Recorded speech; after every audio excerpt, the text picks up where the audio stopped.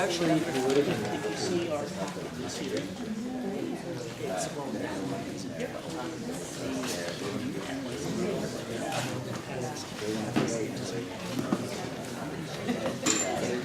Okay, I think we're going to get started, so people could gather yourselves, get yourselves situated.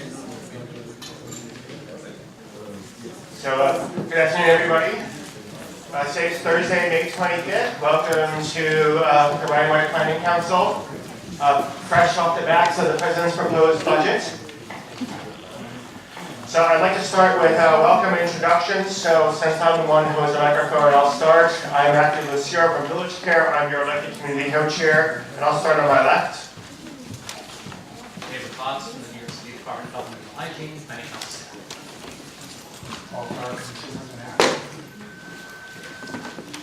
Maria Diaz, co-chair, steering committee, Tri-County. Andrew Strauss, Hudson Valley Community Services, co-chair, Tri-County. Claire Simon, executive. Jonas, executive. American Love, African Services Committee.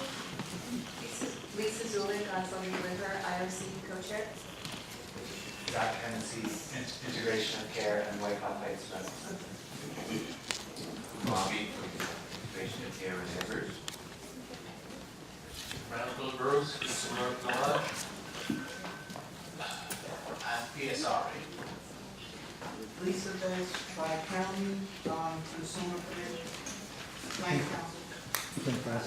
Center for Clinical Behavioral Studies, Columbia. Kimberly Smith, Callan Lord, PSRA. Blaze Bush, Alan Lord, Integration of Care. Christina Rodriguez Hart at the Health Department and HIV Surveillance. Saul Reyes, Consumer Farm. Don Shep, Consumer Representative. Graham Herman, New York City Department of Health. Darrell Wong, New York City Department of Health, Planning Council staff. Joan Corbusiero, parliamentarian. I'm Jen Park, the Governmental Chair for Planning Council. And do we have anybody on the phone? Yes. Yes. And who would that be besides guesses? Hi, it's Becky Spencer from Department of Homeless Services.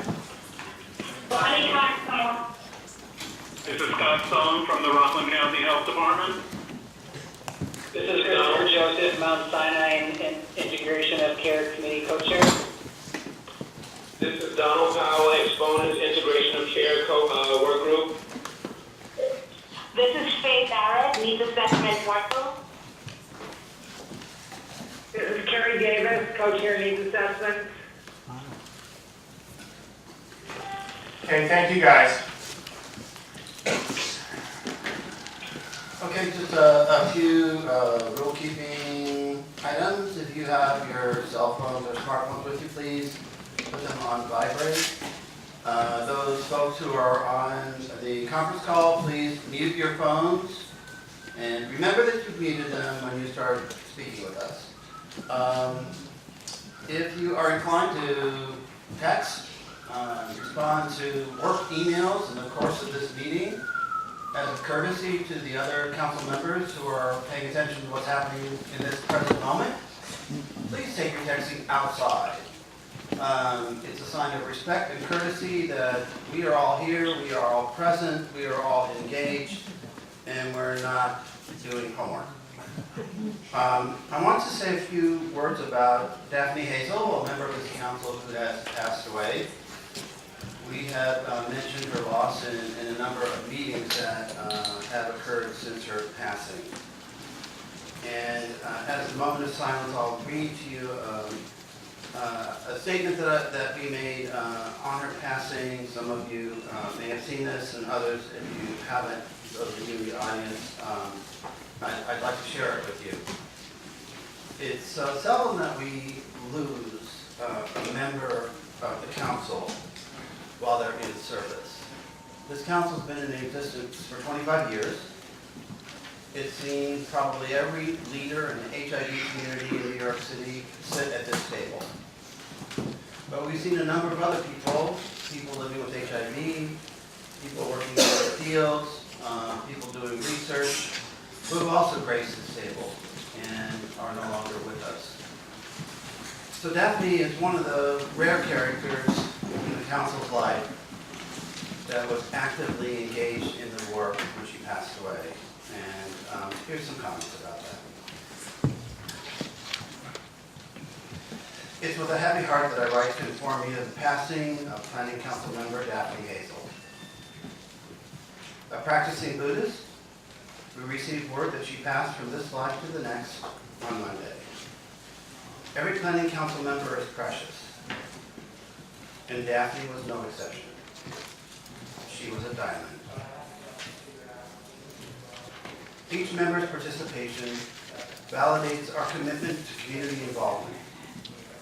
And Daphne's voice was loud and clear and resonated in ways that cannot be measured. Far too often, in health planning, the public's voice is lost in the hands of the experts. Some who at times seem indifferent to the realities of ordinary people struggling with an extraordinary illness. Daphne would have none of that. She spoke up often, much to the discomfort of those in authority. When necessary, she used her skills to pull back the curtains that statistical wizards hide behind, to justify program changes, budget cuts, or shifts in focus, calling out proposals that would diminish services for people living with HIV. Her authenticity was rooted in years of struggle as an African American woman living with HIV. But it was also lined with hope as she took under her wing those who would follow in her footsteps.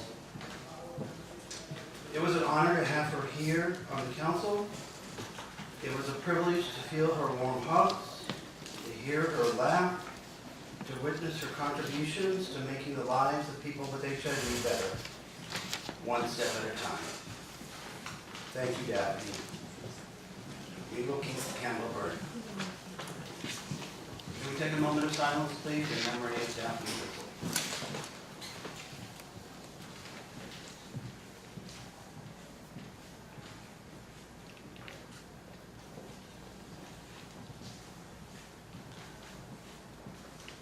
Thank you. Thank you, Jane. Daryl, do you want to go over the minutes? Yes. The minutes were sent out last week. I don't believe we received any comments or revisions or requests for revisions. Are there any at this time? Hearing none, the minutes are accepted as presented. Thank you. Although we're just seeing if anybody signed up for public comment. No, not for this. Okay. Great. So even though we don't have the chairs yet of priority setting and resource allocation president, I think I'm going to let David Klotz as the staff liaison to that committee lead us in this process. A vote is required for this, so I do want to get this off our agenda first before we proceed with the rest of today's meeting, even without the chairs present. So I'm going to let David lead us in this conversation. Presenting this on behalf of Matt Beatty and Sharon Duke and the Priority Setting Resource Allocation Committee. There's a piece of paper just behind your minutes and packet that says FY 2017 reprogramming plan. Every year, the Planning Council approves a reprogramming plan. This gives instructions to the grantee on how to use funds that become available in the course of the year. For example, contracts are performing.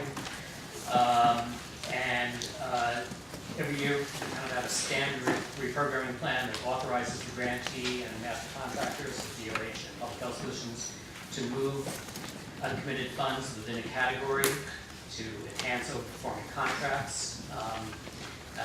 We also give them a authority if the contracts within a category have reached kind of the maximum enhancements to move funds between service categories up to 20% of the amount that was allocated to the service category in the original spending plan. And then anything left over after enhancements would go to ADAP. In previous reprogramming plans, so like the first 23 years or so of grant up to about 2013, the first item on the reprogramming plan was always an upfront, restoration of an upfront reduction to ADAP that's made at the beginning of the year to offset cuts to other service categories. If you remember, last month we passed a scenario spending plan to address a possible reduction in the award. We still haven't gotten the full award, but we do expect a small reduction. And this last month, the Planning Council approved a plan to implement up to a 1.75% reduction in the award, and $750,000 of that is offset by an upfront reduction to ADAP, the agreement that we would restore them through reprogramming in the course of the year. So in the reprogramming plan that's approved by the priority setting committee and the executive committee, the first thing is to restore the upfront reduction to ADAP up to a maximum of $756,000, and then to give the grantee authority to shift funds between service categories to enhance overperforming contracts. A note, this plan is only for the New York City portion of the grant. It includes underspending from New York City programs, administration, and quality management. Any underspending from the Tri-County programs will be kept separate and used as carryover in the following year in the Tri-County region to offset any possible reductions in the Tri-County portion of the award. It's usually fairly small. So that is in a nutshell. Yes. So just so to summarize really, so this vote is necessary to avoid us having a large carryover. This is our plan to make sure at the end and the close of the fiscal year we spend as effectively and efficiently as I can every dollar of our award as possible, so that we're not returning anything to Washington. Because if we have a large carryover, we have to get permission from HRSA to respend it the following year. We'd like to avoid that scenario. So the two steps in this plan are, one, to restore any money that we may have cut from the HOC assistance program first, and then to give the grantee authority to move money between programs as there may be contracts that are under and overperforming. So we don't have a scenario where a category is underperforming and there's money sitting in that category and we haven't spent it. So we're giving the grantee authority to take that money in the underperforming category or program and move it someplace else. So at the end of the fiscal year, we're not sitting in a large pool of money that we haven't spent. The goal is to spend every last dollar we can.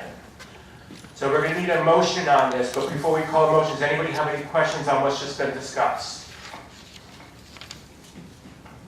I'll take the silence as everybody understands. Okay. So I'm going to need a motion, not for me, so it shouldn't be from us, and the chairs aren't here, so I need someone to introduce.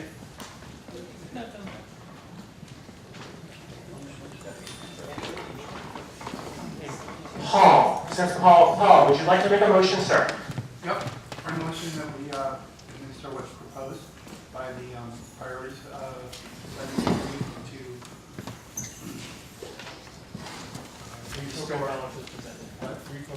reprogram dollars as presented. Can I have a second on that motion? Second. Are there any questions on the motion? Okay, I'm going to call the motion. All those in favor? Wait. Yes. I'm calling for a quorum. Do we have a quorum, David? Yes. Okay, let's conduct a roll call vote, please.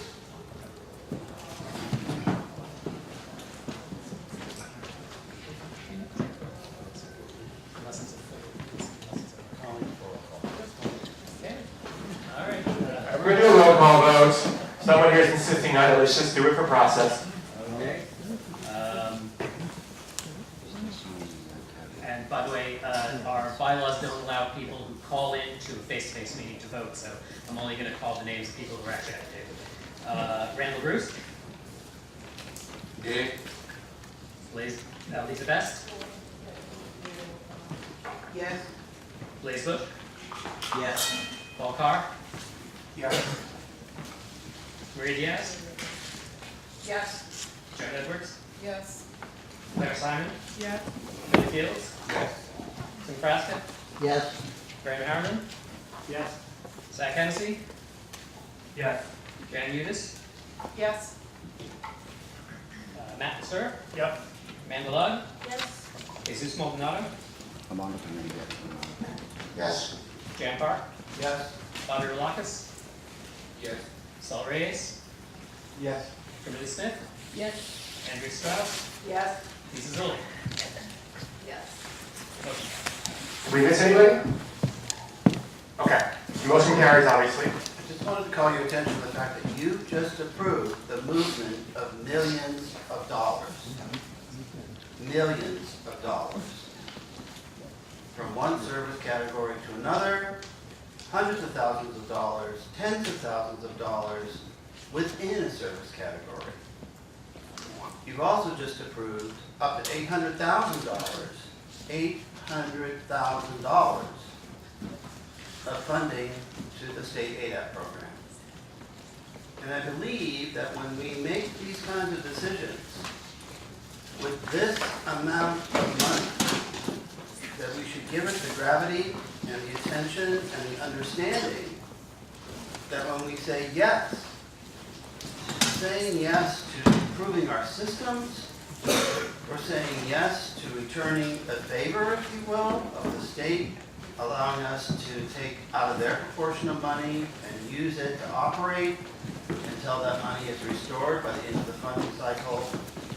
We say yes to all those people sitting at this table that run agencies, that have programs, that spend at 110 and 120% of what they've received.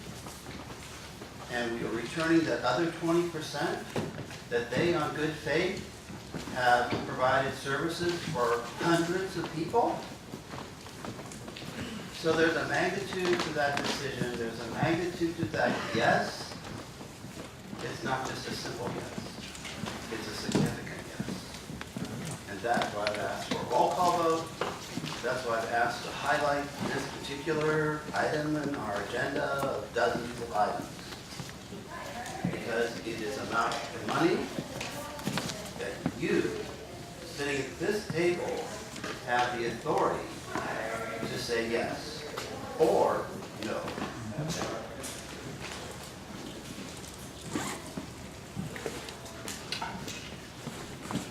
So next on our agenda, yes, Amanda, are you changing your vote?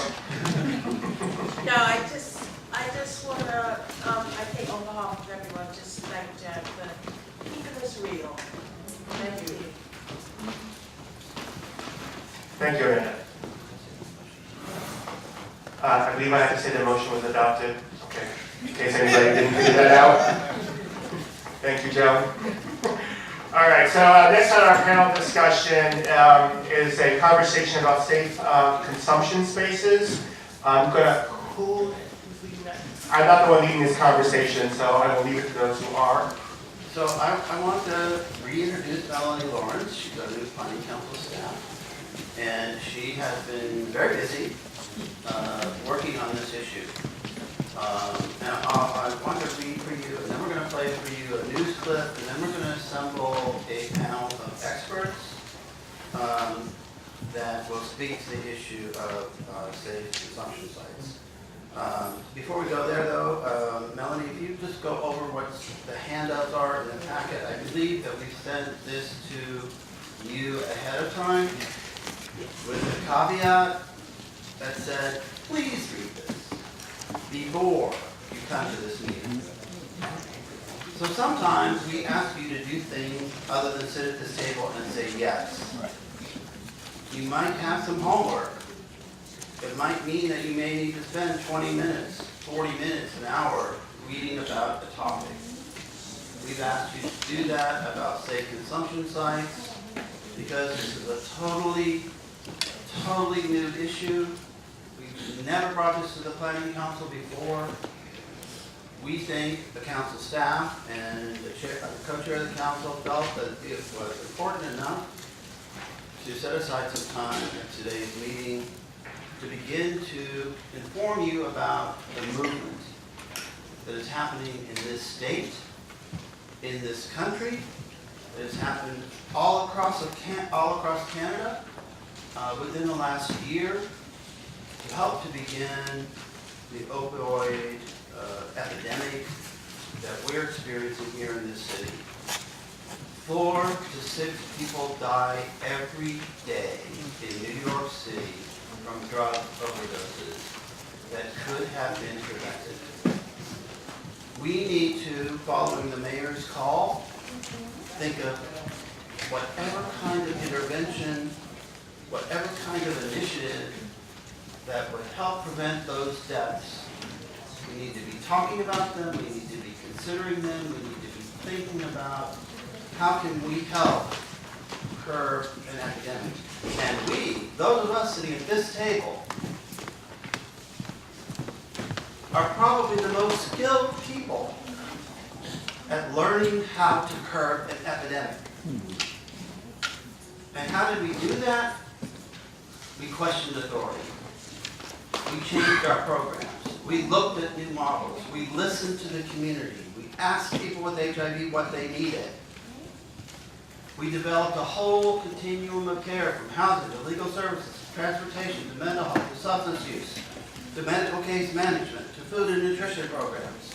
Because we recognize that when people are struggling with an illness, they're not just taking a pill. It's about their life. It's about them as a whole person. So safe injecting sites, safe consumption sites are one approach to addressing drug use. They're one approach to harm reduction. We have a host of contracts. We fund dozens of agencies, or a dozen agencies, that provide harm reduction programs for people who use drugs. It's a natural fit. If you can develop a safe consumption site within those programs, we're providing all those services around that. We should be thinking about how can we support that. We can't use federal dollars, we cannot use brown white dollars in the development of a safe consumption site. But we've already developed facilities, we already have the space, we already have the staff that we pay for to provide harm reduction services. There is a way, if we think about how to approach that. We have a group of people here who devoted their lives, in the last month at least, if not longer, to working with people who use drugs, to working with people who are challenged by recovery programs, to working with people who say no to 12-step programs and say, I'm going to do drugs. But if I do drugs, I want to do them safely. I don't want to kill myself. And that there are multiple approaches to how to manage that in a person's life. So, I'm sorry I'm a little overtaken by this, but I have had a friend who died of a drug overdose on Christmas Day. It wasn't necessary. It didn't need to happen. So if you have people in your life like that, you'll appreciate today's presentation. If you work with people who work with people who have lost someone to a drug overdose, you'll appreciate today's presentation. And I'm hoping from this experience that we can move the council to recommend the work be done in a committee of the council, that from that work that we learn about safe consumption sites, we offer a recommendation as a body appointed by the mayor of this city to the mayor of this city to take an affirmative position on the development of safe consumption sites in New York City. So that said, I'll turn this over to Melanie and she'll review what's in your packet, she'll introduce our panelists, and hopefully we'll learn something by the end of this hour. And just for the group, so there was a time in the past when the HOPA program did something similar to this. There was a ban on using federal dollars for syringe exchange, and the HOPA program pretty much funded everything except the needles. Did the whole wraparound service, did outreach to SROs in a team approach using programs like citywide harm reduction, which have morphed into other agencies, reaching out to drug users, giving them clean needles, but also giving them access to medical care, many times doing emergency health assistance, getting them out of the facility, getting them to ERs, and the program was able to fund everything except for that little needle. So there are, even with bans, even with this administration, even with there'll be changes in federal drug policy that will probably happen, there probably will be ways to find creative ways to fund this without funding the stuff that crosses the line. Hi everyone, I hope that everyone's doing well on this rainy day. I'm Melanie, the newest planning council member, and I'm going to do this really quickly because I would like to get out of the way of the experts that are going to speak to this issue. We're really lucky to have people at the very front of this movement. The Drug Policy Alliance and Boca, New York have been real movers and shakers. If you have heard of the Safe Shape Tour, they led that movement and they continue to educate people around the state. So I am also very lucky that they were able to be here today because they really helped with putting together this packet for you guys. So a couple of things I found, but most of it, I have to give all credit due. Amma and Cassandra made it happen, and they're also responsible for that huge presentation, which they're not going to do all of, but I'm gonna do my best to be quick. So I love infographics. So on the very first page, you have an infographic about comparing the United States to Portugal, decriminalizing drug possession, which I think is ultimately where we're trying to go. So you can look at what the impact of decriminalization has been in Portugal. I'm sorry it's so fuzzy. The original was a little bit difficult to find. Then it's followed by the ABLE report, which is a report done out of Baltimore. But what's great about it is that it's a great report, but why I thought it was specifically good for this meeting is because it does a synopsis of what's happening around the country in different places, and you can start to see how they predict these safe injection spaces will impact use and survival rates in the face of the opioid crisis in Baltimore. We have a press release from the health department talking about fentanyl. Fentanyl has been a really critical part of the rise in overdose deaths. And then we have a selection of articles that are about the work that New York City is doing, including the feasibility study that is detailed in and the availability of naloxone, which is a drug that you can administer when someone's having an overdose to save their lives, and is primarily used in these safe injection centers. Then we're talking about the de Blasio administration's initiative to combat the opioid epidemic. We just concluded a feasibility study. Amma and Cassandra can speak to that. The report is not out yet, so we're really lucky to be able to get some insight on it prior to the release of that report. New York released this thing called Healing New York City. It's a pretty big packet that gets into the details of what critical strategies are to decrease the number of overdoses that we're seeing in the city. And from the Drug Alliance, the next one is End Overdose New York. And it talks about up-to-date facts as well as what's happening around the state. And then this is a longer report from, this is your, I'm sorry, this is not a long report. This is your presentation that you're going to see today. And so if you have any questions or had any questions from looking through it, the experts are here. This is a really lovely packet. I believe Dan found this paper on world overview of drug consumption rooms. So you can start to see what's happening globally and where we are and where we need to catch up, which is pretty, we have a lot of catching up to do. The Drug Policy Alliance also put out a paper on supervised injection facilities. A lot of that information is still current, even though it was published last year. And so, without further ado, I know Jan wants to play this segment from today.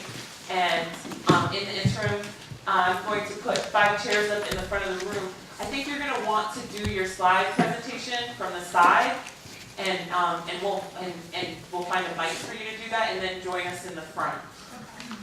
So I want to, before I play this 5-minute clip here, I want you to know where the state is on this issue, State Health Department, I want you to know where the city is, the city council is.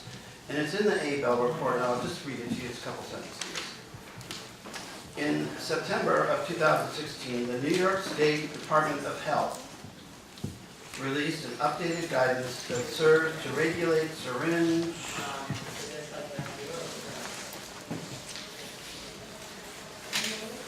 services programs, SSPs, in New York, and includes language that encourages syringe exchange programs, to facilitate safer injection practices at their program sites.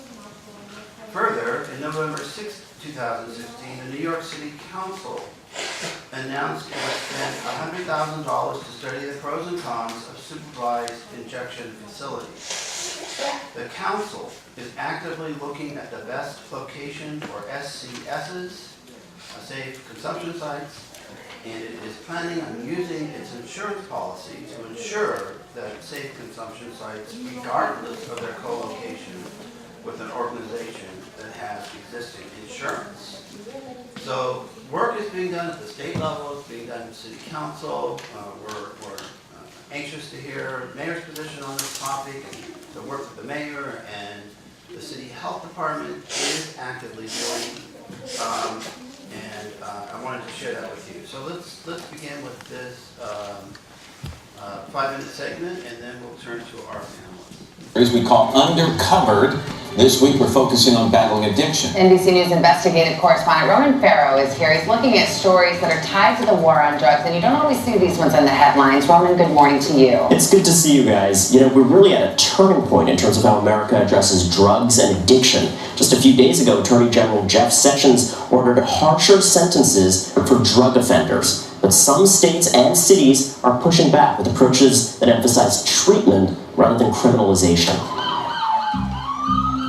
America's opioid epidemic is claiming more lives than ever, often in public places. People are in doorways, shooting up, dying in alleys. John Urquhart is the sheriff of Seattle and surrounding King County, where someone dies from an opioid overdose every 36 hours. And where officials are about to try a radical new response. Take the problem off of the streets, around here at least, and put it in a safe environment. He's talking about safe injection sites, where addicts can openly shoot heroin and other drugs under medical supervision. They're not going to overdose. If they do overdose, there'll be treatment there, and they can talk to people about what their treatment options are. Seattle and King County launched a task force to look at the crisis and are now acting on its recommendation to open the first 2 safe injection sites in the country. Tell me your reaction when you first heard this idea was being floated. My reaction was, are you kidding me? It's a terrible idea. And what changed your thinking? The war on drugs, the fact that it didn't work, so what do I need to do differently? The war on drugs, kicked off by President Nixon in the 1970s, started a trend of tough laws that lock up drug offenders. More people are now incarcerated for drug crimes than for violent crimes, disproportionately minorities and poor people. And spending on drug control has increased for decades, but addiction rates have stayed constant. We're just starting to quit looking at drug abuse as a police problem and look at it as a health problem. County Health Officer Dr. Jeffrey Duchin was part of the task force. Some people are going to hear about this concept and find it completely crazy. But we're considering this a public health crisis. It makes a lot of sense from a public health and medical perspective. He says safe injection sites have worked elsewhere. Here in the heart of Vancouver's Skid Row, officials opened a safe injection site called Insight in 2003. Every day, 700 users come in, get clean needles, choose one of these stalls, and shoot their drugs. More than 4,000 people have overdosed, not one has died. This is kind of a before and after picture of me. This is when I was actively using drugs, and this is me now. Guy Felicella says he came here thousands of times and overdosed 5. This is where I overdosed here, and I was on this floor right here. A nurse that through her interventions brought me back to life, and it was after that that I made the decision to seek treatment options and change my life. Today, he's 4.5 years sober and happily married with 2 kids and a full-time job. When I was ready, they were here to help me. Compassion is one of the greatest gifts of the world. Similar sites are operated across Europe and Australia, and some experts say they're working. Dr. Sarah Wakeman of Mass General wrote The Case for Supervised Injection Facilities in the New England Journal of Medicine. We've got very promising evidence from other sites in other countries that show this is a piece of the broader strategy. But many people think this is a bad idea. What happens is you bring more addicts to your location. Gretchen Taylor is a member of the Neighborhood Safety Alliance of Seattle. For her, this is personal. I'm the parent of an adult ongoing heroin user. What do you say to parents who say, I too fear for my child, and I think this might save them? I want that to be true. And the truth is, I don't believe that is true. A new bill introduced in the Washington Senate seeks to ban the safe injection sites. State Senator Mark Belosha is behind it. What they've done in Canada is basically legalize heroin use. Safe injection sites are a deadly idea.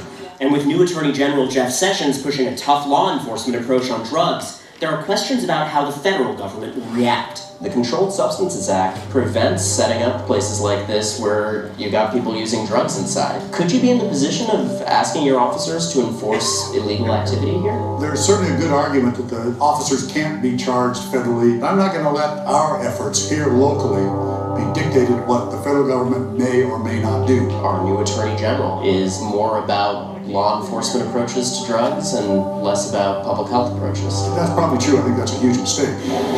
Is it going to work? I don't know. But it's better than doing nothing. That's what we've done for too long, is we've done nothing except try to put people in jail that absolutely doesn't work. The Department of Justice did not comment on this story. It's likely to be on their radar soon, though. There are safe injection sites being considered in San Francisco, Philadelphia, Massachusetts. New York actually recently appropriated funds as well to study whether we should have one right here.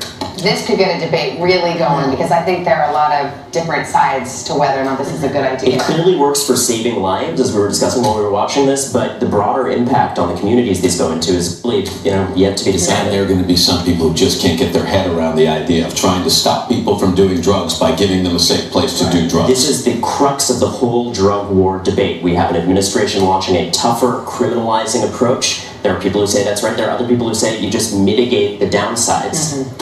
What do you have tomorrow? Because we're still focused on the war on drugs. That's right, and this is another big controversial one. You may find it surprising. We looked at rehabilitation centers that are using marijuana to get people off of heroin, to get them off of harsher opiates.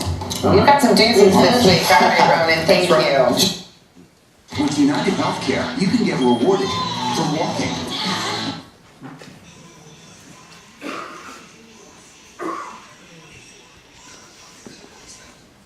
So thank you, Matt Lauer, for the opinions. We wanted to share this with you because we want to present both sides of the argument. And this is not an easy approach to adopt. Many communities across the country are struggling with this. Baltimore, California, Seattle, just to name a few. I don't have a list of all the cities, but this conversation is, we are, as a nation, actively engaged in this conversation. So we'd like to invite our panelists up here. I guess, Christine, where you're sitting, can you folks move down a little bit, and if our panelists can gravitate to that part of the room, you can use the microphones there.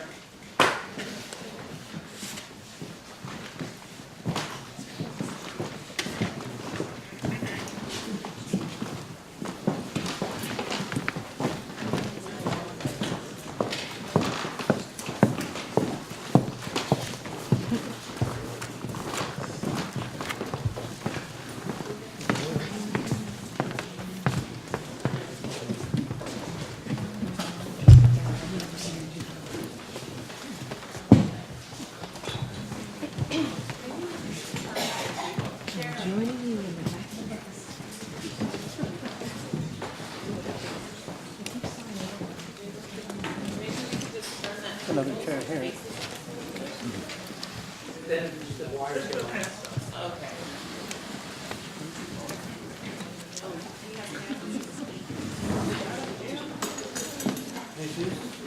Tim, can you two move down a little bit so the rest of you can be seated there?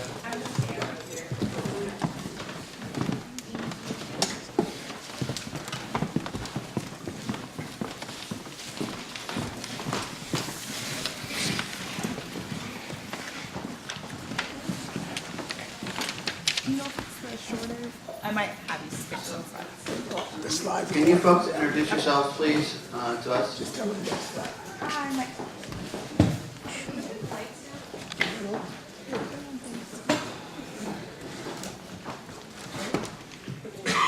Okay. Hi, my name is Alma Konadio Mwako-Yaboa, and I'm a policy fellow with the Drug Policy Alliance. What is DPA? Which is DPA. So today, thank you so much for having us, first of all, and for starting this important conversation here with Planning Council. I'm going to give a brief presentation, and then we'll have an opportunity for some folks from Vocal to come up and speak to you all on a panel and answer some questions as well. So we are here to talk about safer consumption spaces as a public health response to a public health crisis that we're going through. So we are in an overdose crisis, and we know we know that criminalization doesn't work, and we know that people are dying, and we know that we need other options. We need to do something to save lives. So just an overview, I'll talk to you a bit about overdose data, and later on you'll hear some stuff about public injection and how safer consumption spaces can help reduce transmission of hepatitis C and HIV. And then I'll talk to you a bit about some of the benefits and models of safer consumption spaces that exist and could exist in New York State. Go to the next slide. I'm not sure who's operating the slideshow. Okay, so as you can see, in the last 5 years, there's been a sharp increase in overdose deaths in New York State. This is only New York State, excluding New York City. So in 2015, you can see that there were over 1,500 overdose deaths, and this is only opioid-related overdose deaths. So this issue has been going on forever, and we're seeing a very sharp increase, which is why we need another solution, because what we've been doing hasn't been working. Next slide, please. Okay, thank you. So this is New York City specifically. Again, in the last 5 years, there's been a sharp increase in overdose deaths, 66% increase in 2015. And overall, between 2000 and 2015, there's been over 11,000 overdose deaths. In the Bronx specifically, we've seen a 46% increase, and 46% increase for Latino New Yorkers. So this is an issue that we're seeing across all boroughs, and specifically in the Bronx and Brooklyn and Staten Island. We've seen a lot of overdose deaths. And 80% of the unintentional overdose deaths, drug overdose deaths in New York City, were a result of opioids. Next slide, please. And so this is the preliminary data from New York City DOHMH. As you can see, in 2016, this is only for the first half of 2016, and the numbers were already approaching that of the entire year of 2015. So it's not getting better, and this is why we're looking to safer consumption spaces to help us address some of the overdose deaths. And we can see that, and I'm sure folks have heard about fentanyl coming into New York. In New York City, you have a handout in your packet talking about fentanyl, and it's potent, and folks are dying, and some folks are needing more doses of naloxone more doses of naloxone to be safe. And if they were in a safer consumption space, there would be people there to respond to them immediately. Now, in safer consumption spaces, naloxone isn't the first response because of the effects, the withdrawal effects that take place. Naloxone is not what we want to turn to. And so by having safer consumption spaces, you have medical professionals in that space that can turn to other interventions that can save lives without causing those uncomfortable side effects that naloxone may cause. But at the end of the day, what matters is that someone is there to save their life, and that folks are there to connect them to services. So next slide, please. All right, so I'll give you a brief overview or an opportunity to look at some of the other counties in New York State that have seen sharp increases, particularly in the last 5 years. You have this in your packet. There are also some other slides in your packet that you have that I'm not going to go over, but I wanted you all to have the information to reference later. So this is Suffolk County. As you can see again, between 2010 to 2011, you see a big jump, and in the last 5 years, you see those numbers are high, and even for the first half of 2016, you see that there's a really high number, and that's not even counting the last part of 2016. And this is Nassau County. You can skip to the next one. So the trend is pretty similar. We picked counties that have the most overdose deaths, and also that the counties that we stopped in on our Safe Shape tour. Next. And then Erie. Oh, if you could go back, I want to highlight Erie because there's an over 200% increase in overdose deaths in Erie County, which is where Buffalo is. So as you can see, 2014 to 2015, that jump, and this is the sheer number. This doesn't include the age-adjusted rate, but just by sheer numbers, we're losing so many people. And we have a public health strategy that we have seen works, and that has been working since the 80s in Europe, and we just need to work together to find a way to get them here in New York. So next slide, please. Okay, so what is a safer consumption space? They're legally sanctioned facilities where people who use drugs can safely use drugs without being criminalized for their use. They can be connected to health professionals in the event that they do overdose. They can learn safer injection practices. Someone who is in that space, a health professional who's in that space, can check for abscesses and treat those abscesses or connect folks to services. It's a space where people can be themselves and don't have to worry about being stigmatized, which is a reason why a lot of folks overdose in the first place, because they're pushed to the margins of society and completely isolated, and they don't have anywhere to use. And we know that drugs exist. We know that people are going to use them, so why not have a safer space for them to do so? Next. Okay, so this is a public health intervention, not only because they save lives and because overdoses can be treated and responded to, also because they connect people or provide people with sterile equipment to use drugs. So in Canada, they not only provide sterile syringes, they also provide safer smoking kits for people who smoke crack, and that prevents HCV transmission and HIV transmission, and a host of other public health or other infections like tuberculosis and pneumonia that can be transmitted by not having the proper and sterile equipment for crack use. So again, we found that at Insight, the location in Vancouver, which is the only site that exists in North America for now, 30% of folks were connected to services, treatment services, just by using the space. And they found that people are 50% more likely to go into treatment. They're not being forced to go into treatment. That's not something that they're trying to get people to do.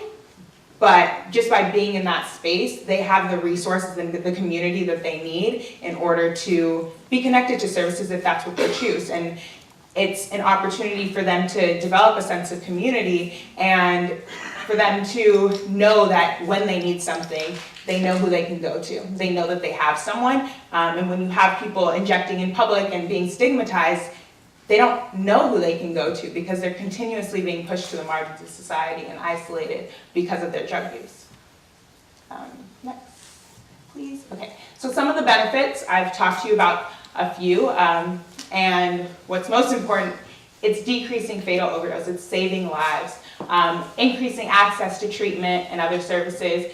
And a lot of the studies that exist from the sites that exist in Europe show that it's decreasing crime and disorder in the surrounding neighborhoods. And that crime and disorder is related to drug selling and whatnot. And so it's decreasing. It's not only saving lives, but it's also making the surrounding community safer. And it's reducing public injection. So you're not finding hazardous materials in the park or on playgrounds. And you're not only helping the individual that uses drugs, you're also helping the surrounding community.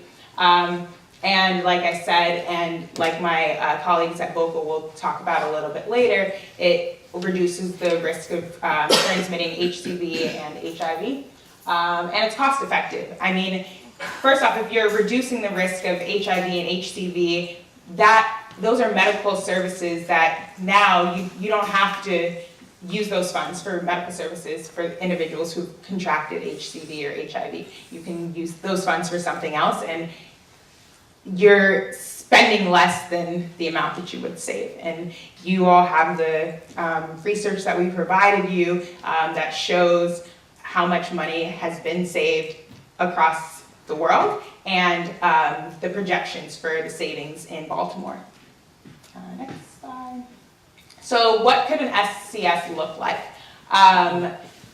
The way that I imagine it now in New York is integrating them into syringe exchange programs that already exist. They already have a community of members who use their space, and they know the people in that space, and all we have to do is make those modifications, which, to be honest, a lot of syringe exchange programs have had to make bathroom modifications because people are using in public and they're dying. And so we want to make people safer, so you make modifications so that the environment is sterile, but they can't go into the bathroom and save someone's life. But if it's not criminalized, and if you have a safer consumption space where it's legal, then you can connect people to services, and you can make sure that health professionals are around to help folks if they do overdose and to prevent overdose in the first place. So that would be an integrated model.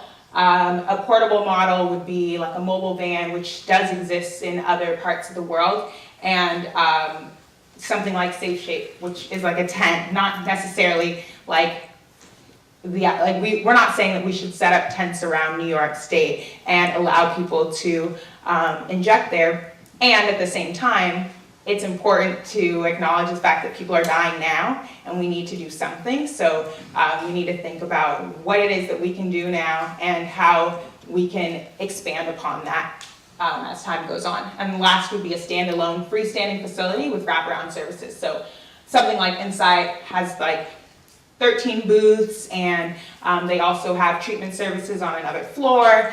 And so it's not only the safer consumption space, it's also other facilities in that building that can connect people to mental health treatment, housing services, which a lot of times is the reason why some people use drugs in the first place, because they don't have access to those services.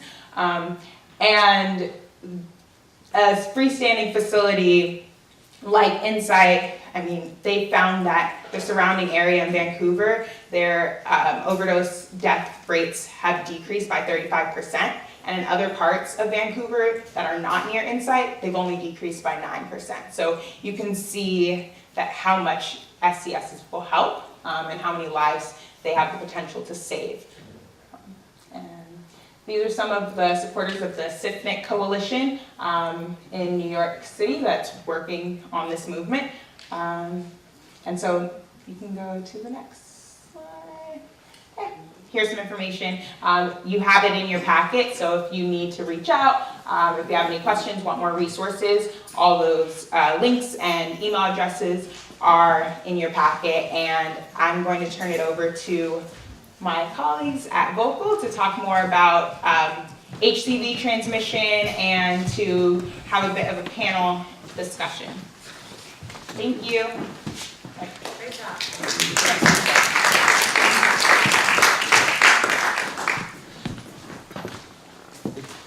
It's just two of them? No, Asia.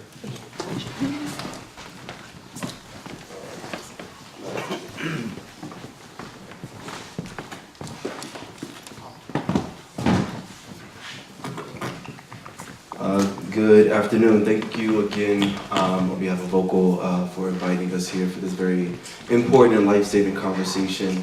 I think I'll just quickly introduce myself, my role at Vocal New York, and give a turn for these lovely folks to introduce themselves as well, and really kind of like talk about why this work is really critical to our goals to ending the AIDS epidemic by 2020, as well as making sure we can save the lives of our fellow New Yorkers. So again, my name is Jason Walker. I am the HIV/AIDS community organizer at Vocal New York, and also assist with the coordination of the AIDS Housing Advocacy Network. I'm a person living with the virus myself, former HASA client, so I'm really a member of this community as well. So if Asia want to introduce herself. My name is Asia Betancourt, and I'm a vocal leader as well, and a harm reductionist, and a previous substance abuse user as well. Good afternoon, my name is Robert Suarez. I am a vocal organizational leader, as well as a co-chair for a peer organization in New York called the Peer Network of New York, and a national coordinator for the United States Alliance of Drug Users. Awesome.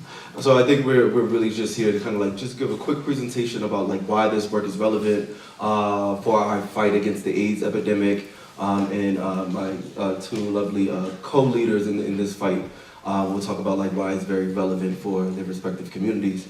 So really just speaking directly to how it impacts HIV/AIDS. I didn't see this report in the packet, but I could be sure to follow up with you all. But there was a report that I saw recently that talked about how supervised injection facilities help address a need that isn't really met at syringe exchange programs, and that's the need of actually assisting with injection drug use.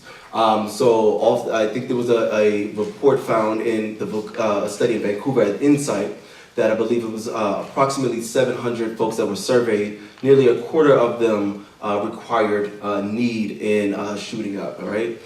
So what normally happens is that like when folks do not have a place where they can properly inject needle use, they oftentimes go to their peers for that, and oftentimes that opens up the doors. There's a direct correlation between sharing needle, requiring help from your community to get injected with sharing needle usage. So that's a major need that is being missed by our current model and harm reduction approach, right? So our syringe exchange programs really are not, are legally unable to provide that type of assistance and support to folks, so they look for that within their own communities, and because of that, it increased their risk factors in seroconversion for both HCV and HIV. I think like the work that Amma showed in the video earlier really does a beautiful job talking about the importance of this and why doing this, these type of new drug policies is must be rooted in compassion. And I think like many of us in the room, both personally and interpersonally, have recognized how lack of compassion really like led to the epidemic that we saw in the 80s and the 90s. And we all have really seen like how lack of compassion that was shown by government have really not only created stigma, but really caused the death of many folks in our communities. And we recognize that like harm reduction approaches are really fully equipped to be compassionate to many of the users who are most vulnerable. So with that being said, as we like approach a new crisis with a opioid overdoses and heroin use in our community, that we need to up the notch as well when it comes to our level of compassion. And I believe that SIFs is that next tier, right? SIFs is that next level of compassion that needs to be placed on communities that have been traditionally ostracized and stereotyped and stigmatized. And I think we have all seen how when we treat the person and not just the addiction, that we're able to really help support communities who are in dire need. So I'm gonna allow these two folks to really kind of like talk a little bit more about interpersonally and how this work for supervised consumption sites really help save themselves and their communities. And you guys should also think about when you want to allow question and answers from the council in the context of the timing, because we have 20 minutes more, but just to think about that, you don't want to run out of time and then the council may have questions too.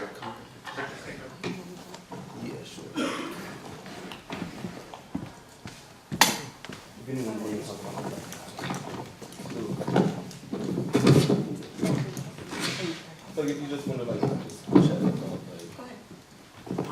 like I'm sorry. This is important to me because it's about saving lives.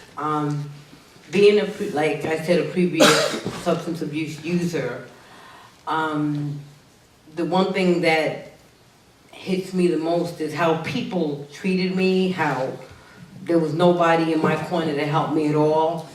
And my twin brother was also an IV drug user, and if these facilities were in place, I do believe that he will be here today. Because this is important to me, because as being a positive woman for 30 years, my brother being a drug addict, and my father getting infected with HIV from my twin brother, having these places where people can go, it's meeting them where they're at and not leaving them there in an unjudgmental setting. And today, almost 34 years since I've left that all behind. But the one thing that sticks out to me is how I was treated. Like I was not human, not a person at all. So us addressing this issue, knowing that with or without these facilities, the drugs are out there and people are gonna do them. If we can go to that next level and get these SIFs in place, it's about saving lives, linking people to services. And you know what? Eventually, they will want to make that next step because they have someone who cares about them as a whole person, a whole human being. I'm on Staten Island, and I cannot tell you how bad the substance abuse problem is there.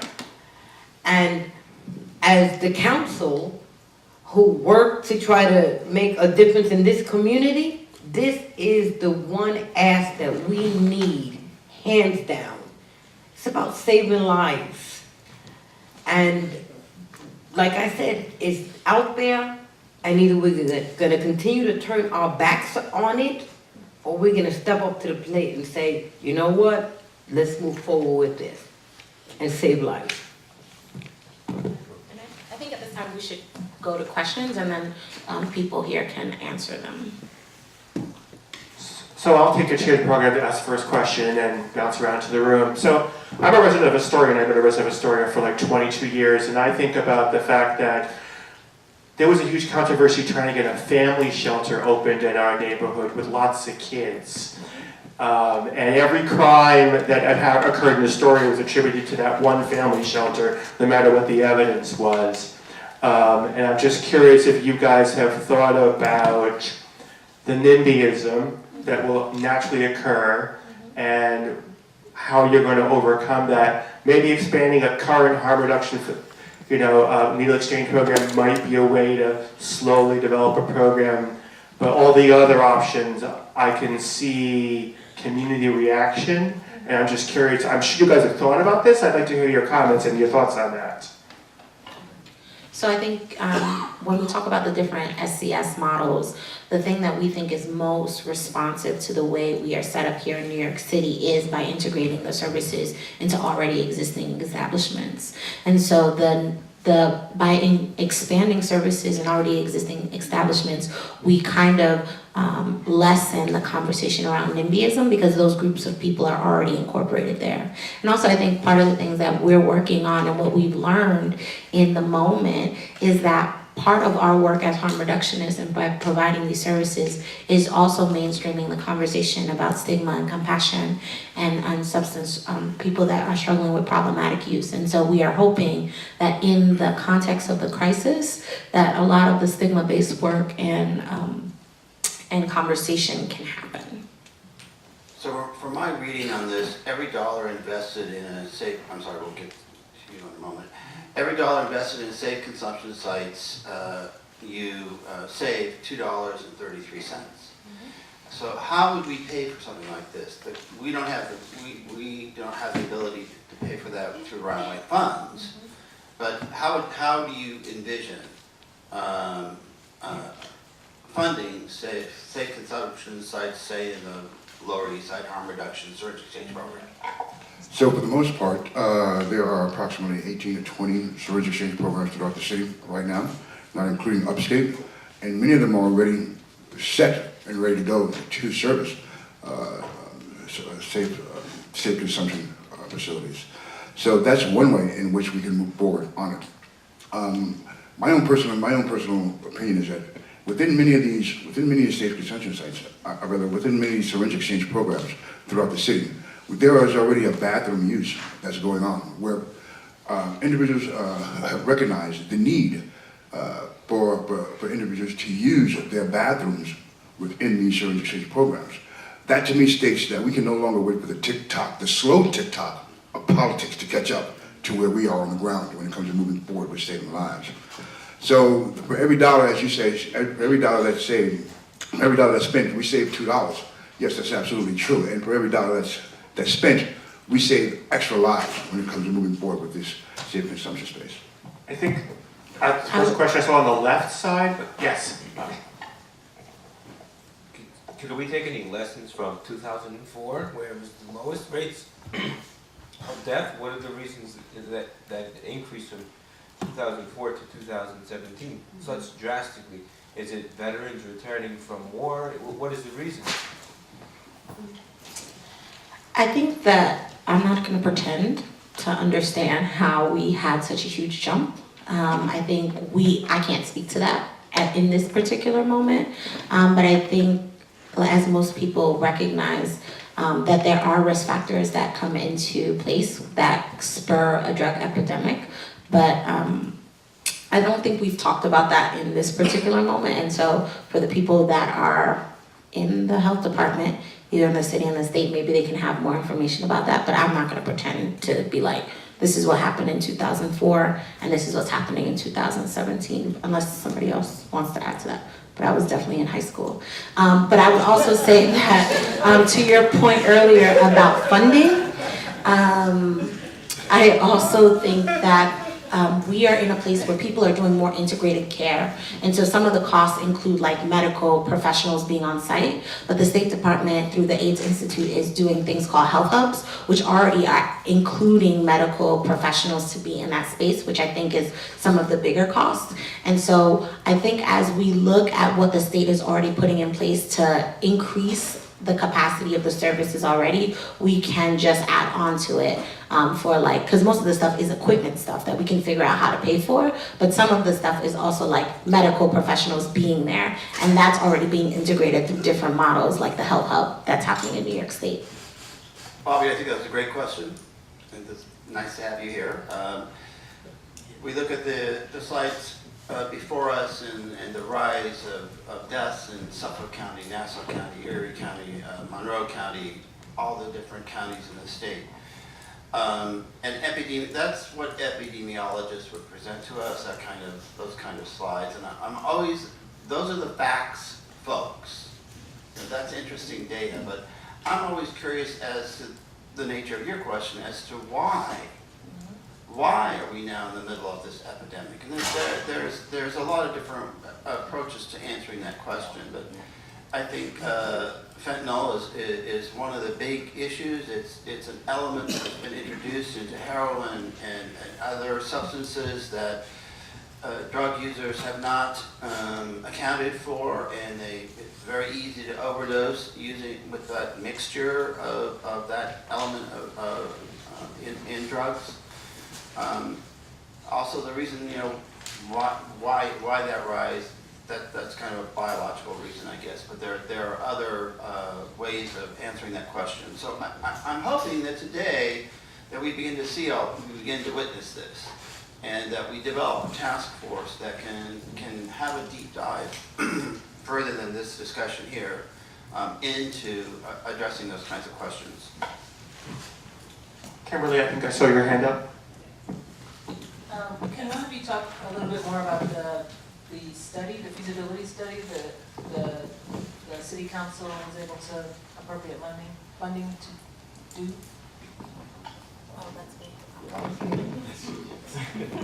Sorry, I'm just You like weren't the in high random school. person that That's came. all Right, I was like, was not in high school. I don't have an excuse for that one. Sorry, because I just like jumped up on here. I'm Cassandra. I'm the New York State Director at Drug Policy Alliance, just because I didn't say who I was. So yes, New York City Council approved the $100,000 to study the feasibility of a safer consumption space in New York. And so what that has included is various interviews with elected officials, with treatment providers, with people that use drugs, that are served by harm reduction agencies and people that use drugs that are not served by harm reduction agencies. And really what they're using this time to do is do lit reviews, but also have conversations to address some of the arguments that come up about NIMBY, right? And really doing the landscaping that's necessary. And the thing that is most exciting about the New York City feasibility study is that it's not an efficacy study. It is a feasibility study. So we have moved from the conversation of if we should do it and to how we should do it. And that signals a very promising thing for our New York City advocates like us, because there's a tacit admission that this is something that we need to do in New York City. And so the New York Academy of Medicine and the New York City Department of Health, the New York Academy of Medicine was also funded to do another study that was 3 years, but instead of reduplicating efforts, the first year is combined in the way that they're doing it. Full disclosure, I'm on the expert panel, advisory panel for the study, and it should be coming out in the next couple of months, if not weeks. That's going to show like how people in New York are thinking about this and what it could look like in our community. And so that's pretty encouraging. So we have about maybe 10 minutes left. I know I'm not going to get to everybody's hands. There's a lot of hands up, but I think it was Saul and Johnny I saw in the corner. So I'm going to let you two go next. But just be aware we have maybe 9-10 minutes left before we got to move on with the agenda. Great. Yeah. Really quickly, I just remember all the articles I've been reading about this, about like the working theory as to why we're seeing this trend and rise of heroin use. And a lot of this working theory is rooted in like the opioid pills, right? So like prescription pill use being overutilized in the national state. This isn't just a statewide issue, this is a national issue. And in fact, there is an open case about a pharmaceutical company actually illegally selling drugs, opioid drugs, with oxys, on the street. So like there is open case right now in federal court looking into a pharmaceutical company who's been participating in the illicit sales of opioid to like folks. So I think like folks are like the working theory is that it's been the overutilization of oxys and opioid specific prescription drugs that kind of like have led to this epidemic that we're seeing nationally. Okay, you guys in the corner. Hi, John, please. I'm like more interested in like the process. Like if I come in the door, I know I'm going to get a syringe, but now, and I take my little happy juice and I'm seeing my invisible friends. What happens next? Am I guided to like an observation area? Am I given like an ID card so I don't have to be given my name every time I walk in the door to swipe it? Is it like a sidewalk, just walking off the sidewalk and do the process of the paperwork, or referred to by maybe a healthcare provider? Good question. Good question. So, let me see if I can put this in perspective. So coming into a safe injection facility or a safe consumption site, you would be greeted at the door by a health professional or a nurse or a peer, someone like myself, who has actually been trained in how to reverse overdoses and how to deal with individuals who are on the ground, who are users. First and foremost, we want to make sure that individuals understand, coming into a safe consumption site, we want to make sure that individuals are not just greeted, but there's a relationship that's developed in a dialogue, which has been basically voided when it comes to a lot of these other traditional-based, absence-based programs. Once that's established, yes, you will be given possibly an ID card that keeps you anonymous without your name. So that's one of the things that happens throughout the city with a lot of syringe exchanges right now. You would be, a survey would possibly be done, or just an intake form would be done on who you are and what the services you possibly need, whether that's housing, social services, whether you need connection or linkage to anything else that you may not be receiving. After that, you would then be guided to what we would call a supply area, to make sure that you are receiving those supplies that you need, whether those are syringes, ties, cookers, alcohol pads, wipes, anything like that. Also, you'll be taken in by one of the healthcare professionals, a nurse or a doctor, who would also do an intake on you to find out what kind of illnesses you're going through, whether or not you have abscesses, collapsed veins, anything like that, before you are started to be directed towards a consumption space as we like to call it, before you start to inject. After all this is done, after you've consumed your illicit drugs or whatever, and after you were introduced to what we call the chill-out room, where an individual will start to come down off of their illicit high, and after individuals are being monitored, coming down off their illicit high, we then begin to start trying to link individuals to services, if individuals are interested in that. First and foremost, we want to make sure that we adopt a harm reduction approach that's an open and welcomed approach, a non-judgmental approach, making sure that individuals understand that we are here to do one thing only, to make sure that you are safe and to make sure that you stay alive, if but for one more day, until you make a clear choice of your own to choose to do something else other than use. Did I help answer that? Yeah? Okay. And just everyone, I may be excited for an extra 5 or 10 more minutes past our schedule, but we're all going to run out of time soon. Go ahead. Yeah, so every time I see statistics on Latinos, my lights go like this, up, and in it, you speak about there's a 36% rise in Latino usage. And I saw also the map that it usually concentrates in the Bronx and Staten Island. There's a big 5 neighborhoods that you have. Again, when you speak about these safe spaces and then Latinos, usually there's, I'll put a case. I work a lot in West Queens with the immigrant population there. And there have been cases there of people who, especially immigrants, who have been doing heroin in public spaces. They mentioned one which is the port area by Citi Field. That's one of the spots known for heroin use publicly. And when I think about safe spaces and I think about how we are initiating this and the rise of 36% in which you say Latinos, what are you thinking to incorporate those who not necessarily are looking for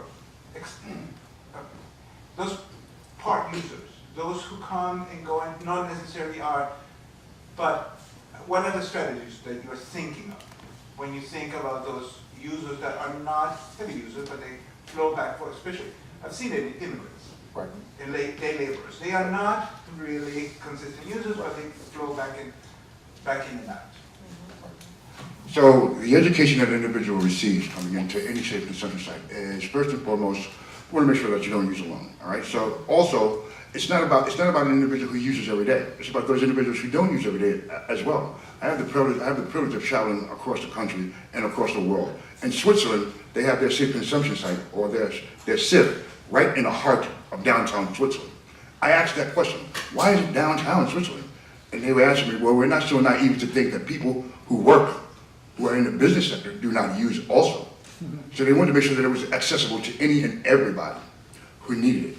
So when it comes to those individuals who are not everyday users, we also want to make sure that they have access to the education that's needed behind their usage as well. I would just also add that part of the capacity building that safer consumption spaces offer is safer injection usage, right? Like, so more people are going to be in spaces where they're learning how to inject safer.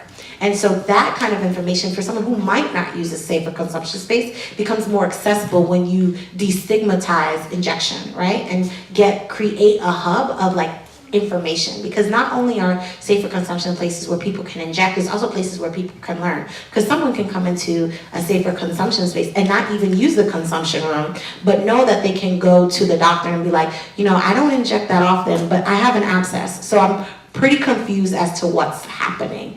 And so it's also not just about the consumption, but about creating a hub of education, which is super important, especially in immigrant communities that are also compounded by stigma. So I just want to be clear about it's not just injecting sites. I mean, crack, if you smoke crack, you use a pipe, yes, you can transmit infections by sharing a pipe, so it's clean pipes, it's clean syringes, clean needles, whatever apparatus that someone might use that would transmit infection. Yes. Am I correct? Yes. And that's super important as we know that the opioid crisis has been racialized, which has gotten us to a place where we've engendered a mainstream conversation about drug use, because the complexion of people's idea of who uses drugs has changed, right? You don't get to this place without the New York Times having a front-page story on October 30th in 2001 that says, in the heroin crisis, white families demand a gentler drug war. You don't get to a place where nationally we're having a conversation about safer consumption spaces without the stigma being removed and without a particular racialized lens being put upon it.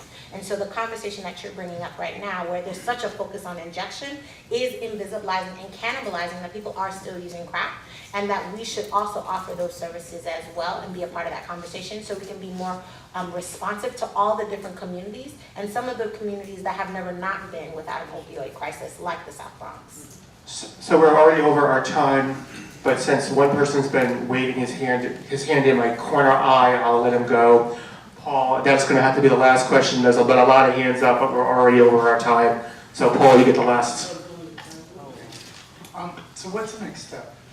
Because we, there was an article in yesterday's Daily News about shutting down the Hole, which is in St. Anne's Corners, that the mayor just shut down in a response to a series that they were doing, which was really it's actually, I guess, what we would be, by having these, preventing these from happening, and protecting the outside. But what do we do next? Like with City Hall, the stigma, because this is the same type of stigma that the community is looking upon at the early years of the epidemic was looking upon us.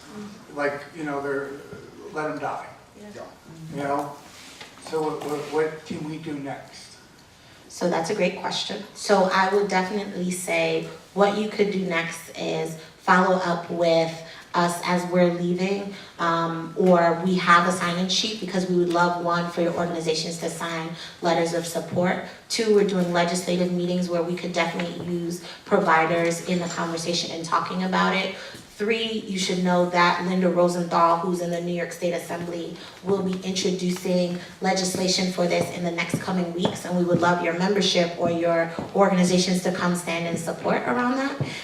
And we are doing this conversation around safer consumption spaces under the umbrella of ending overdose in New York. And so our social media is End Overdose NY, and you can find us on Instagram and Twitter, so that you can get connected. And organizations like Vocal and Drug Policy Alliance are coordinating the efforts. And so we did a letter on April 25th, that was 100 physicians that came out for safer consumption spaces in New York. We'd love to increase that number. We'd love to do like HIV/AIDS organizations stand for SIP sign-on letter.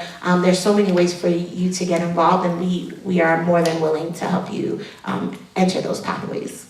Really quickly, there's a sign sheet going around now, and then in your packets you'll see email addresses if you want to reach out with any questions. I know we're over time. I just want to say really quickly, we've gone through 7 presidents, 4 decades, and $5.1 trillion on the longest running failed war in U.S. history. That's absolutely disgusting. I lost my mother in 2001 to the complications of AIDS from her being an intravenous drug user. She died in my arms in Harlem Hospital. And that's one of the reasons why I continue this fight. I have reversed personally over 23 overdoses, and I'm tired of seeing my friends, family members, and others die unnecessarily. It's time that we start moving forward. We can no longer afford to wait for the slow tick-tock of politics to catch up to what's happening in our communities on the ground. You cannot put $1 on a price, on a life of a person. Thank you guys very, very much. What I am seeing is definitely a lot of council interest in this issue. So this is definitely not the last conversation we'll be having on this. This will be, which committee is this going to be referred to, Jen? This will be referred to needs assessment, for them to do an assessment, and it will be brought up the normal chain through the department council process. So this is only the beginning of the conversation, not the end. It's great to see a lot of interest in this issue. All right, so we're now on committee updates. We're a little bit behind schedule, so I'm going to ask committee members not necessarily to read your reports, but to try and quickly summarize and speak as fast as Jen and I do. I guess chair's report. Jen, do you have anything you want to say? Yeah, I'm just going to jump right into the policy update, and Adrian wasn't I don't know, Adrian, are you on the conference call? So Adrian's not able to join us. He had a scheduling conflict, so he sent me his notes, and I'm just going to read very quickly about the president's budget. On Tuesday of this week, President Trump delivered his administration's proposed budget for fiscal year 18. And it proposes significant cuts to non-defense government agencies to help cover a $54 billion increase in defense spending. That means more fighter jets, more bombs, more warships, more soldiers. The agencies hardest hit include the EPA, Environmental Protection Agency, the State Department, and the Agriculture Department. Health and Human Services, the agency that we receive our money from, would suffer an 18% cut. Specifically, the CDC's HIV prevention program stand to lose $149 million, which is a 19% cut. And the STD prevention program is $27 million, which is a 17% cut. Thankfully, the hepatitis programs were flat funded. For HRSA, the budget flat funds Ryan White Parts A, us, Part B, Part C, Part D. But it eliminates $59 million in Part F, by ending both the Special Projects of National Significance and the AIDS Education and Training Center programs. All of this was met with a great deal of disdain, publicly and on the Hill, and much more to follow. The various committees of the Senate and the House, their appropriation committees, are following their process in coming up with, I think, a much more realistic budget. If I could say the good thing is that the Appropriation Committee on the Senate side already announced that they were trying to work with their Democratic colleagues to come up with a bipartisan agreement. So AKA, they sort of ignoring the president's budget.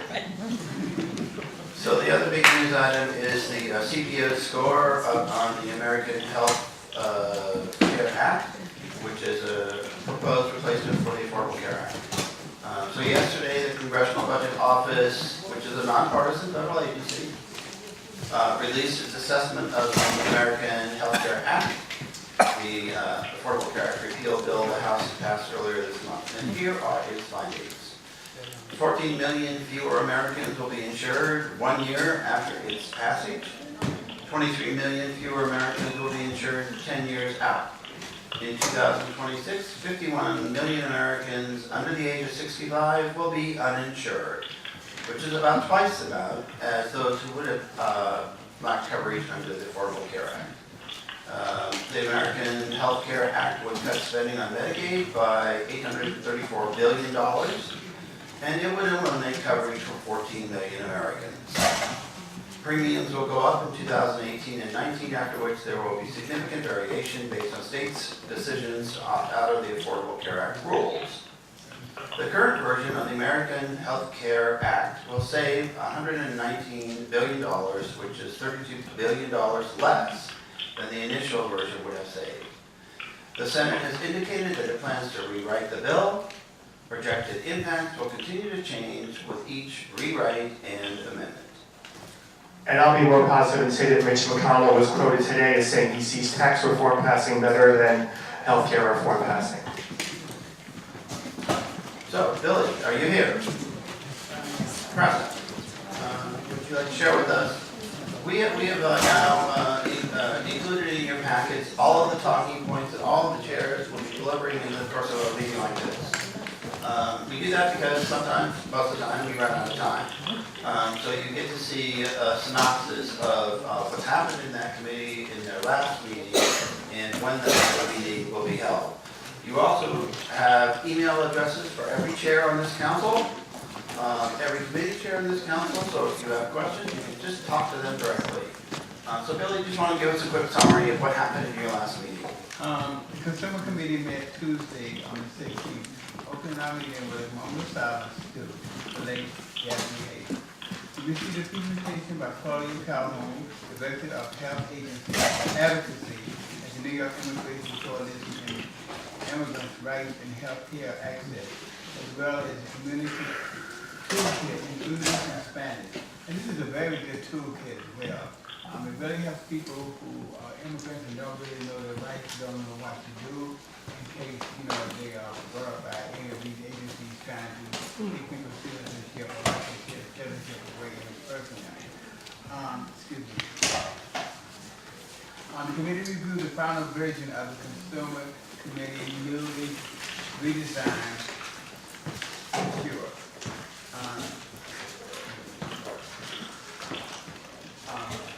There was a consensus that the ADA symbol should be included in the brochure. That was what he fighting for. The Planning Council outreach coordinator reported a report, and that was by Jose, on what he had, for the month of April, and the various meetings in which he had within the community. The next meeting of the Consumer Committee is scheduled for Tuesday, June the 20th, from 1 to 2, at 1 o'clock at the LGBT Center. Thank you. Thank you. Lisa, do you have any updates for us? Sure, I think it's all summarized really nicely in your packet. We're continuing to work on the Care Coordination Service Directive that's under medical case management. And we're now going to be meeting twice in June to get this done. Next meeting is June 7th. We'll have a draft to work with, and then we're going to go through that very detailed, of course. And so that's it, June 7th, and then the next one is later. You'd like to join us. Tri-County. Tri-County's steering committee met last week, continued the process of developing a revised set of ranking priorities for the Tri-County portfolio. We have previously reviewed fact sheets for every service category in the Tri-County portfolio. In preparation for beginning the hard work of re-ranking the service categories in this portfolio, we reviewed the Council's conflicts of interest guidelines and the priority ranking tool. Julie Lahane also presented a side-by-side table showing allocation amounts, number of active clients, and cost per client of all services. At the next two meetings, the committee will vote on the rankings for each category and criteria and may decide to reallocate funds to areas for greater needs. Thank you.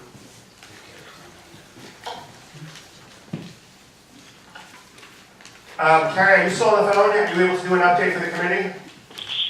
Yeah, I'm still here. How are y'all doing? Great presentation, even though I couldn't see it. I heard what I heard, and I know this is an important issue. I just wanted to share that.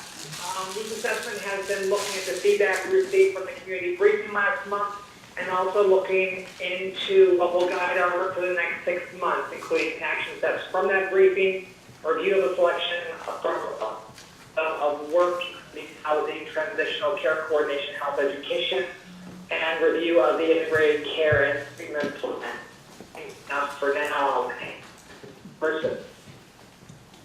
Thank you. I don't think finance has met, right? I think next week's not until July, if I'm correct? June 26th, we'll be reviewing the year 2016 closeout reports and reporting that back to the full council and doing the annual assessment of the administrative payments. Also for membership, we're in the process of our annual recruitment process. So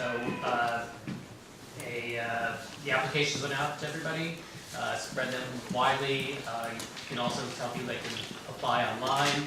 If you go to the homepage, the bottom of the homepage, there's a link to an online application. They want to be considered for membership in the next round. You need to have the applications in by June 16th. Thank you. Graham, I believe you're up with the grantee report. Yes, I am.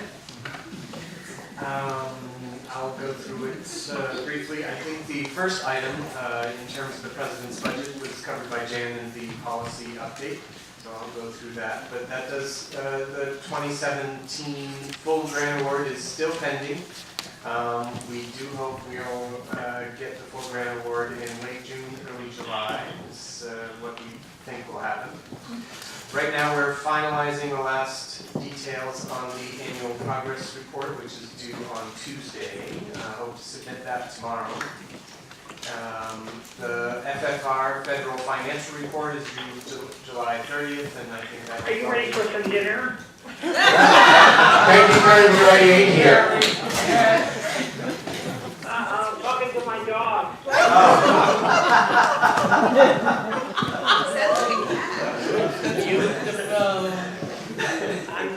I'm muting now.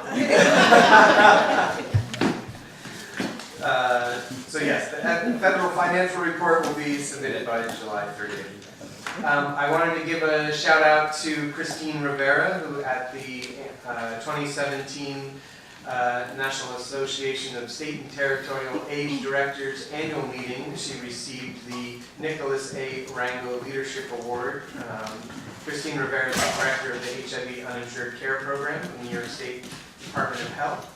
A partner in our continuum of care.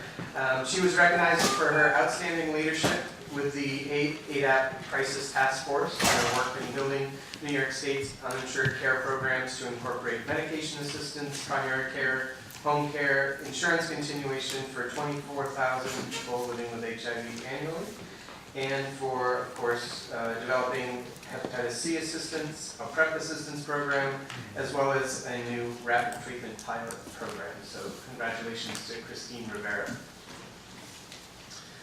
We're in the midst of our, actually we just finished our last provider meeting for 2017.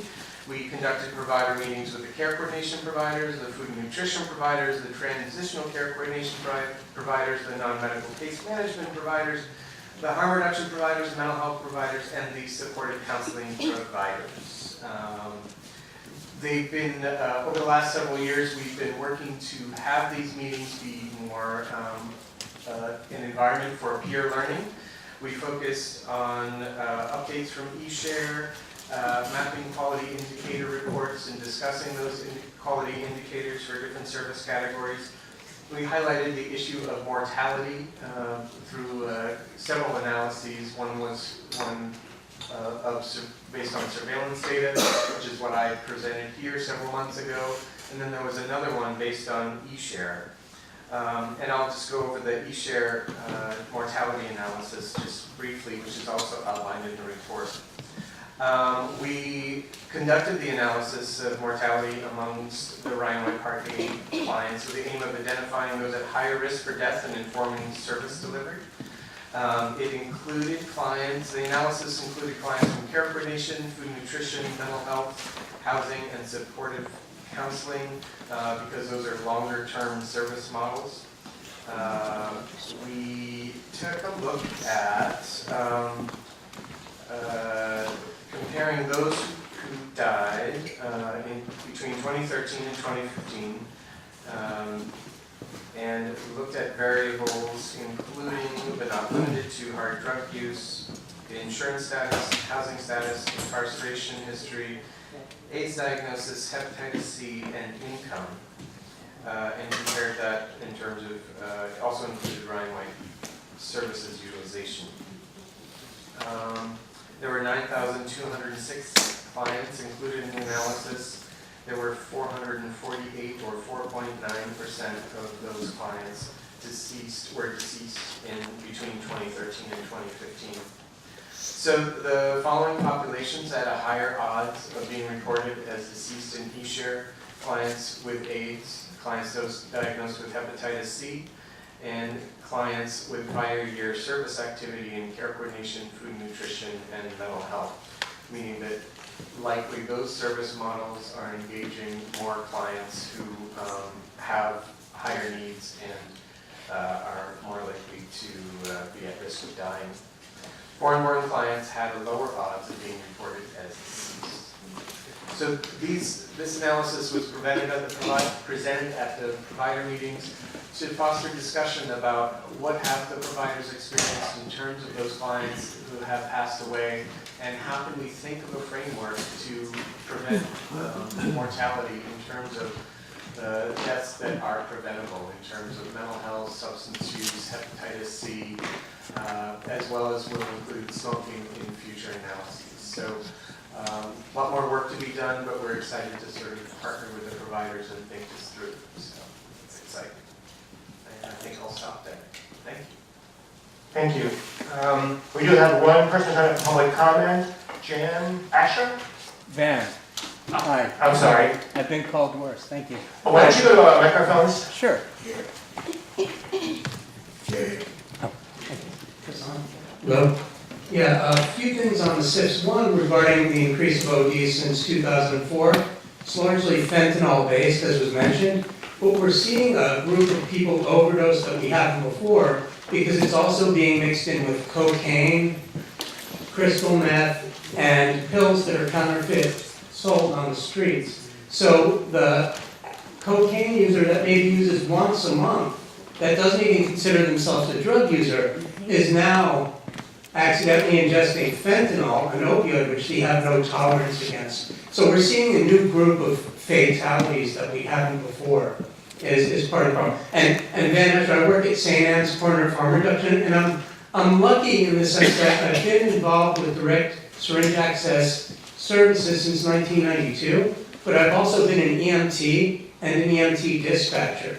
And part of the reason that safe consumption spaces are so important is, as a dispatcher, I sometimes want to get a phone call for X amount of minutes after someone's OD'd. And then the amount of time for EMS to respond and get there. We're in a safe consumption site.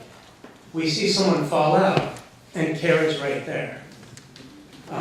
So really, if there's any influence towards making these a possibility, it's our obligation. Thank you. Thank you for being here. I have a question about fentanyl in crystal meth and cocaine and in recreational drug users, and they're not going to come to a safe consumption site to smoke crystal meth or to snort cocaine.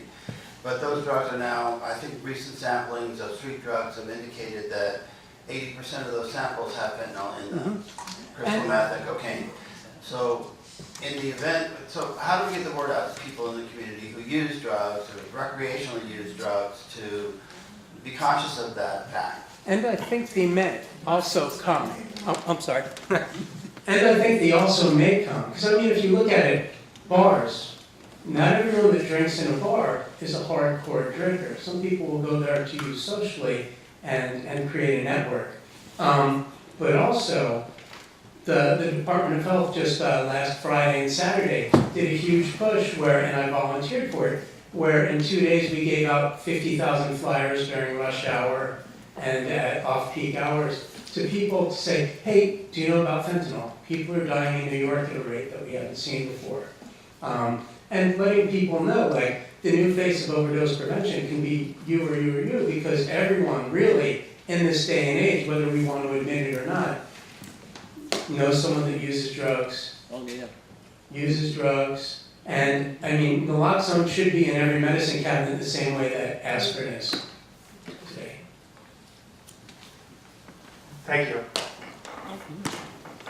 I think the widespread use of fentanyl in recreational drugs is quite alarming, because you have a casual user who may go to a club with their MDMA or their cocaine, and all of a sudden they're overdosing, and it's not something you would expect sometimes in certain populations, so thank you. So we're at the end of our agenda. John, you had something you wanted to say.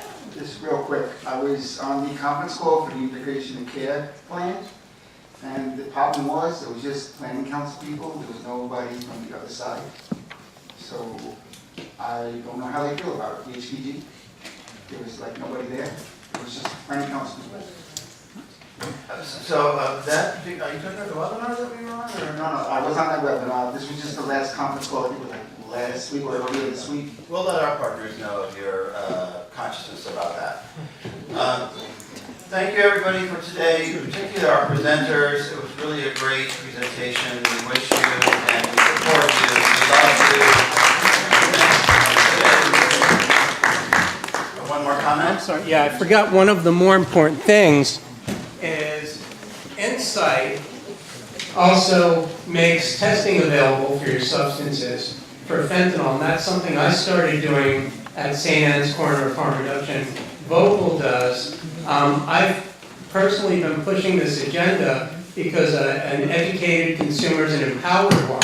So if I see this test positive for fentanyl, I could do a little less, I could do it a little slower, etc. Similar along the lines of giving people syringes, we saw the decrease of HIV dropped from 54% to under 3% where it's held, giving people the tools to stay alive. And they're now being used in Boston, Connecticut, Massachusetts, Texas, etc.